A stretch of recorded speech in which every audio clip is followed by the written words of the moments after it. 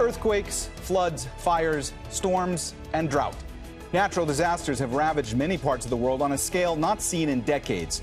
With this unprecedented rise, can countries alone deal with the consequences? And should a global agency be created? This is Inside Story.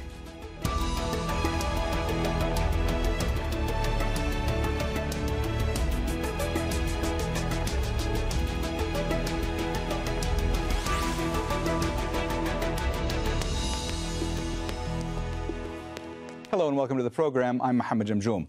Around the world, it seems natural disasters have become a frequent part of life. From floods to droughts and fires, it's now quite common to hear about extreme weather destroying infrastructure and, most importantly, people's lives. The United Nations says more natural disasters are coming due to climate change. So, is there a need to establish an international agency that specifically deals with such events? And would that help level the playing field when disasters strike in developing nations? We'll explore this with our guests in a moment, but first, this report by Katia Lopez-Hodayan. Natural disasters are becoming more frequent and their effects more devastating. In the U.S., 23 natural disasters have taken place this year alone. That's a new record, with each causing more than $1 billion in damages. I think the shift we saw was when disasters changed from being an acute event to a chronic event. And we saw that shift, and you can look just in the last 10 years, you could see that change happening where disaster risk has now become a chronic issue. Around the world, both rich and developing nations are facing the same challenge. While some wealthy countries readily offer aid to others, it often comes with conditions, most notably to provide political support abroad. International agencies like the Red Cross and UN branches often respond to natural disasters. But they're frequently stretched thin, dealing with disaster after disaster. Shortages of staff and supplies, it seems, are an ongoing problem. We are still looking for victims. We call on all young people here in Libya, anyone who has a degree or any medical affiliation, to please help. We have a shortage of nurses. We need help. Several natural disasters have happened recently. There is the floods in eastern Libya, where thousands have been killed following the heaviest rainfall in a single day in the past 40 years. There's also the widespread wildfires in Greece. And the recent 6.8 earthquake in Morocco cost many lives, with communities forced to start over. All struck within months.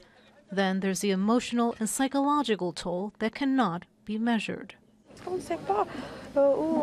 We don't know where we're going to go, what we're going to do, where we're going to live. The winter is coming. That means rain and cold weather. We have young children to care for, and we have nothing. The United Nations says extreme weather events due to climate change will become more common and more extensive around the globe. Some analysts are advocating for an international agency that responds specifically to natural disasters wherever they may strike. The question is, can governments manage a strategic response, and perhaps most importantly, can they afford to do so? Katia Lopez-Hodayan for Inside Story.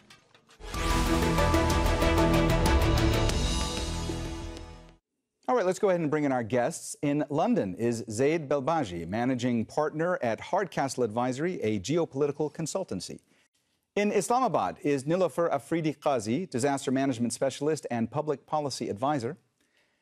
And in Lake Oswego, Oregon, is Andrew Phelps, Vice President of Planning and Risk Reduction with AC Disaster Consulting. A warm welcome to you all, and thank you all so much for joining us today on Inside Story. Nilofer, let me start with you today. With this unprecedented rise that we're seeing in natural disasters around the globe, can countries alone actually deal with the consequences? Or from your perspective, should a global agency that specifically deals with trying to react to these emergencies be set up? The answer is a little complicated because we, of course, need a global forum to facilitate a global crisis, a common crisis, a common threat to humanity, which the United Nations does have, in fact. I mean, they have been facilitating a global conference and bringing together over 194 countries, if I'm correct, the UNFCCC, which is the United Nations framework for the Convention on Climate Change. And as a result of that, they've had many meetings, global sub-meetings to deal with it. COP, many people are aware of the COP, the committee of parties who come together and then supposedly come to a consensus on what the world and what should particular countries achieve for this common goal of this existential crisis, real crisis that we have. The problem is that at a theoretical level, there is an agreement, but on a practical level, the individual nations have to commit to certain changes, reforms, which then their domestic politics or geopolitics then comes into a factor where those commitments then fall out of line. So, for example, who is to bear the burden of it, the financial burden of it? 12% of the global population is responsible for 50%, if not 80% of the emissions, which has created this crisis, the climate change crisis, as a result of altering the weather patterns and melting the glaciers and creating, havoc, which have direct impact on lives, from earthquakes to flooding, etc. So at one level, the responsibility is all of ours, but then the aggressors or those who are actually contributing towards it are only primarily 12%. So will they be taking the charge for the burden for reform? And then on the other hand, we are individual nations. So what are we doing to mitigate at a national level? So this is a very complex kind of a question where should we, tackle this globally? We are attempting to, but we have failed. Zaid, let me ask you, in the aftermath of these natural disasters, we often do see that politics does play a role. Let me talk to you specifically about Morocco, the devastating earthquake that's taken place in the past few days. There's this rift that's been going on between Morocco and France, and one of the things that's happened as a result of that is that Morocco has not accepted offers of help from France. So if an agency were to be set up at some point in the future that would try to deal with global emergencies, natural disasters, would politics still be as problematic as they are today? I guess what I'm trying to say is, would an agency of this nature need to have autonomy and authority to be able to step in and help a country automatically rather than have to seek its permission and perhaps have that permission not be granted? Thank you, Mohammed. And very briefly, I'll just extend my condolences to those we lost in Libya and in Morocco. I think you're spot on. There will be issues with regards to the autonomy of such an entity. With regards to France and its role in this saga, it's extraordinary how France has chosen a moment of national crisis to play geopolitics. And unfortunately, it's only Mr. Macron who has himself to blame for the lull in relations. Morocco was the first country he visited as president.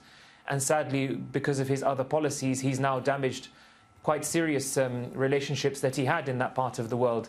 With regards to Morocco and its response, I think the response has been telling of a country that's really changed gear and is able to, in a more multipolar fashion, manage its international relationships because of the conditions upon aid and various other reasons that have been mentioned.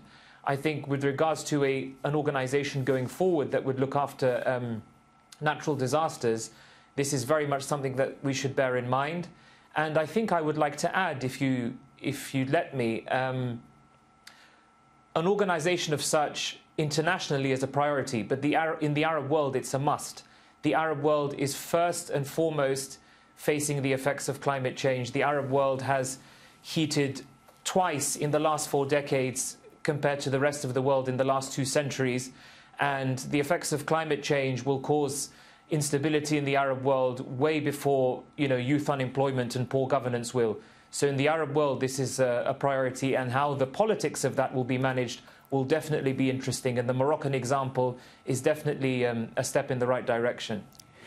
Andrew, from your vantage point, is there a need to establish the kind of agency that we are talking about today, an international agency, an umbrella group of sorts that would actually deal with natural disasters going forward? I think it's a tremendously valuable concept and idea. We know that the UN has done work in this area, trying to bring international aid, humanitarian assistance, and relief to countries that have been impacted by disaster. But disaster response, as you've heard from the other panelists, is incredibly complex. Time is of the essence, and the first hours or days after a disaster is really the most important time to get that aid where it's most needed. Rescue teams, medical teams, getting folks evacuated into a more stable shelter so they can be cared for, receive medical attention. We struggle with this in the United States sometimes. We can all remember the 2017 hurricane season and the challenges with our national response to Puerto Rico. It is an incredibly complex operations to move resources where they are needed, when they're needed. To do that at the global scale is even more complex than just an individual country responding to disaster within their own borders. You add to this the geopolitical concerns, the fact that oftentimes in many countries, disaster response and relief is a role of the military. That further complicates existing relationships. So whatever authority could be established would certainly need a level of autonomy, support, financial support, and buy-in from participating nations to ensure that those political barriers, the politics of the day, doesn't influence our ability to get aid to where it's needed the most. Yeah, Andrew, let me just follow up with you, because you mentioned the complexities of setting up such a body. You talked about geopolitics, you talked about buy-in. I mean, let me ask you, from your vantage point, is setting something like this up right now? In the current geopolitical climate, what's going on around the world, tensions rising as well, is it actually possible? What would it take to actually get this off the ground? As an emergency manager, I'm an eternal optimist, and I think that it's inherent in the human spirit to want to help our neighbors, whether those are our next door neighbors or neighbors halfway around the world. We do see efforts to respond to humanitarian crises, to disasters from hundreds of countries in their time of need. But there's a lack of coordination. There's a lack of consistency in how this aid and these responses are coordinated.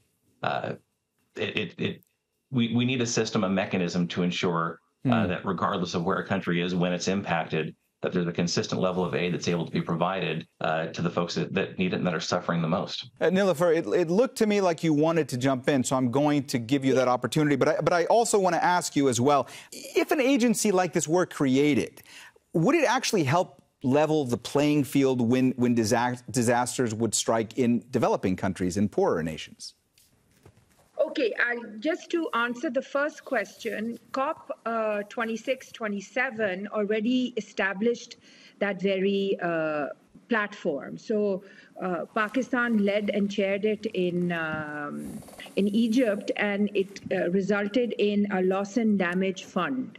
So the modalities of that were, of course, vague, but it was acknowledged by all those who have signed up for climate change, the climate change agenda, that there is a requirement for a financial response to those most vulnerable.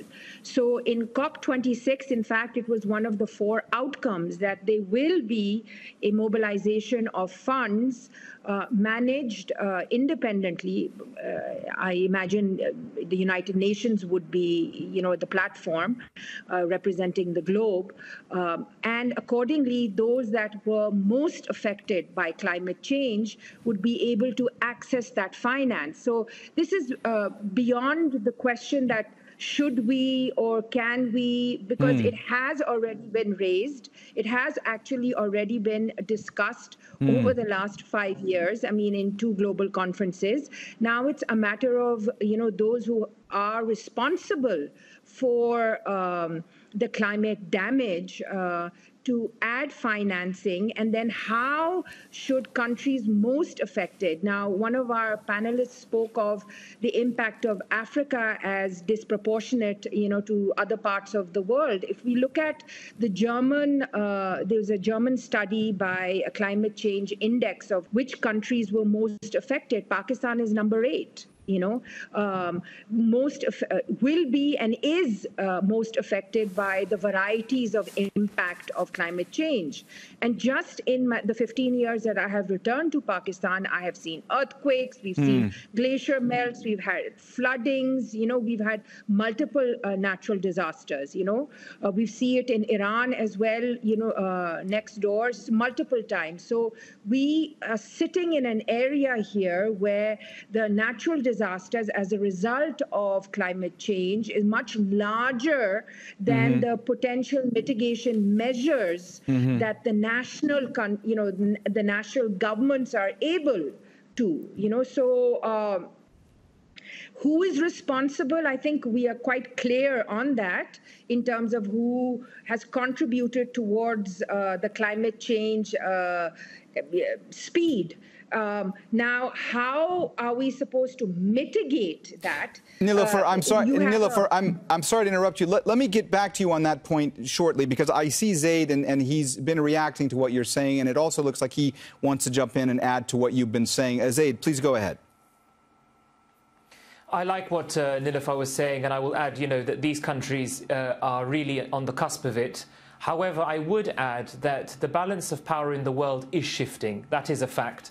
We saw that recently with the invitation of developing countries to the G20, with the recent BRICS summit in South Africa. And I don't think attributing blame is helpful. Rather, the developing world, for want of a better phrase, emerging markets, whatever you want to call them, are moving in the world. And I think in Morocco's response, we've seen that. France was in uproar that an African Muslim country would not accept its aid. Why? Because France had missed the fact that Morocco has moved. Morocco dealt with the pandemic incredibly well. It was the fourth quickest country in the world to vaccinate. People don't realize on Friday night, the roads of Marrakesh were being tarmacked, trees were being planted, because Morocco's expecting to host the IMF and the World Bank. The first time that these meetings are happening outside Washington since 1976. Ladies and gentlemen, a Jazeera exclusive, Morocco still intends to host 19,000 of the world's great and good in 3 weeks' time in Marrakesh after a major earthquake, because it is a developing country on the move. So I think as the balance of power in the world shifts, rather than attributing blame to the developed world, developing countries need to work together and to have disaster response reflective of their growing position in the world, much as how the Moroccans have not let themselves be, portrayed as a developing country in aid. Rather, they are moving forward and are going to host the world remarkably in 3 weeks' time. This is very moving. And Zaid, let me just add, obviously, even if Morocco does intend to continue to host that and does, that does not mean there will not be complications due to the aftermath of the earthquake. We should obviously make that clear. Nilofer, I see that you want to jump in. I will let you in just a minute, but I need to ask Andrew a question. Andrew, international agencies like different branches of the UN or the Red Cross or the WFP, they're often on the front lines when it comes to responding to a natural disaster. But right now, we're at a time where we're seeing so many natural disasters back to back. It seems that these agencies are really constantly stretched thin. Isn't that right? Well, it is. It's true around the globe. We've gone past disaster response and recovery and have reached this stage of disaster endurance. It's one thing after another. And, for the last 3 or 4 years, almost, we've done every disaster under the cloud of the COVID pandemic as well, further complicating disaster responses. My colleagues raised very valid points about responsibility and the need to take a level of responsibility across the world for the impacts of climate change. But we also have to look at how we build and where we build across the world. Disasters are not natural. They are directly attributed to how we build and where we build, further exacerbated by our changing climate. Those that are most significantly impacted by disasters are often the ones who can least afford it. And it's true here in the United States, and I think it's true around the world. So to be able to leverage the global will and resources when it's needed most, whether it's through nonprofit organizations, voluntary organizations, is absolutely critical. But to coordinate this issue of a global disaster response could be a game changer in those underdeveloped countries, in those developing countries that need a little extra assistance. But what we see in Morocco, what we see around the globe, is an inherent resilience in a lot of communities. We see an ability to reduce risk after disasters. A great example is Bangladesh. In the 70s, they had a cyclone that killed 500,000 people. They made significant changes to communications and sheltering infrastructure. 20 years later, another cyclone in 1991, still devastating, killed 140,000 people. But we see progress there. Fast forward to 1997, another cyclone killed 1,000 people. So we see incremental changes based on what we experience from a disaster, but we don't take these lessons and turn them into policy. So globally, until policymakers open their ears, open their eyes, and quite frankly, open their checkbooks to fund disaster risk reduction initiatives, make communities more resilient, and ensure we're not building in a way and in places that put our most vulnerable at further risk, we're going to continue to be in this disaster cycle and never escape it. Nilofer, I saw you reacting to what Andrew was saying. I also saw you reacting to what Zaid was saying. I know you want to jump in. Please go ahead. I cannot agree more with both of them. The conversation earlier was at a macro level, but at a micro level, national level, I cannot agree with you more. And I have argued in every Pakistani forum that what is Pakistan doing to build resilience within itself? Where are the budget lines for disaster risk reduction since 2005? What lessons have we learned so that the repeated floods, the known floods, when they come, will they impact the poorest of the poor? Have we diverted money for building better, or what we call building, since 2005, where we lost 86,000 people, we needed to resettle people away from the riverines where the flood paths are. We haven't done it in 23 years. We've seen the impact of that happen over and over again. Do we have a population which is above the poverty line, et cetera, et cetera? All the various points that you raised. When you gave examples of Bangladesh and Morocco, I mean, it actually breaks my heart. I mean, Bangladesh at one point was, East Pakistan, and they have, incredibly moved forward, in terms of building resilience within their population. Pakistan has not. And so when we have this conversation on responsibility, I mean, it's at two levels. You see, when you're talking about at a global level, that is what I was talking about. You look at who is responsible, and then they put it, their percentage of how much money they need to put in or resources for at a macro level. But at a national level, it is extremely and equally important that what are their governments doing to mitigate and build resilience. And Pakistan is nowhere near making those commitments outside of the rhetoric. Zaid, I want to ask you more specifically about the resilience of the Moroccan people right now, and especially when it comes to the efforts of the Moroccan diaspora communities around the world. I know that you've been involved when it comes to trying to organize fund drives and get aid to victims of the earthquake. First, I want to ask you, do you feel that enough is being done by the international community? I also want to ask you about the fact that obviously it's very difficult to coordinate efforts when it comes to getting aid to affected areas, a natural disaster. Would you feel more comfortable if you knew that there was a sort of umbrella agency that was actually in charge of making sure that everything was coordinated and all the aid was getting through in one particular way? Is that something that would make you more comfortable? Answering your questions in turn, Mohammed, first of all, with regards to resilience, you will be aware that in 1960, a 5.8 magnitude earthquake hit Agadir, just southwest of Marrakesh, which killed 15,000 people. A much worse earthquake this weekend unfortunately took the lives of 2,000 because the country has moved forward, much like Bangladesh, with respect to flooding. In terms of the way that these disasters are managed, I think, of course, it would be better to have an autonomous body that is dealing with these. I know for a fact that the Moroccan response will be to have their own internal state-of-the-art facilities to do this, because that's the new messaging in Morocco. Morocco wants to do this on its own and do it going forward.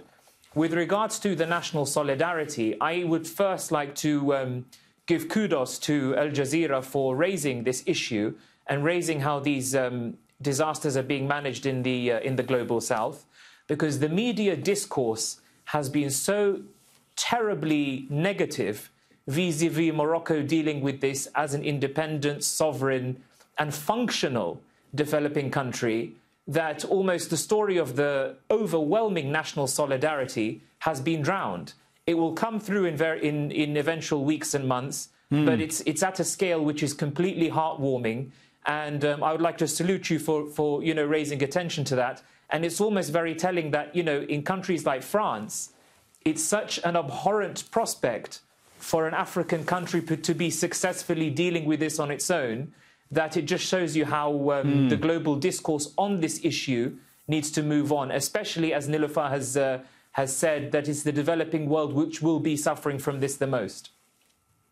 All right. Well, we have run out of time, so we're going to have to leave the conversation there. Thanks so much to all of our guests, Zaid Belbagi, Nilofer Afridi Qazi, and Andrew Phelps. And thank you, too, for watching. You can see the program again anytime by visiting our website, aljazeera.com. And for further discussion, go to our Facebook page. That's facebook.com/AJ Inside Story. You can also join the conversation on X. Our handle is @AJ Inside Story. From me, Mohammed, Jamjoom, and the whole team here, bye for now.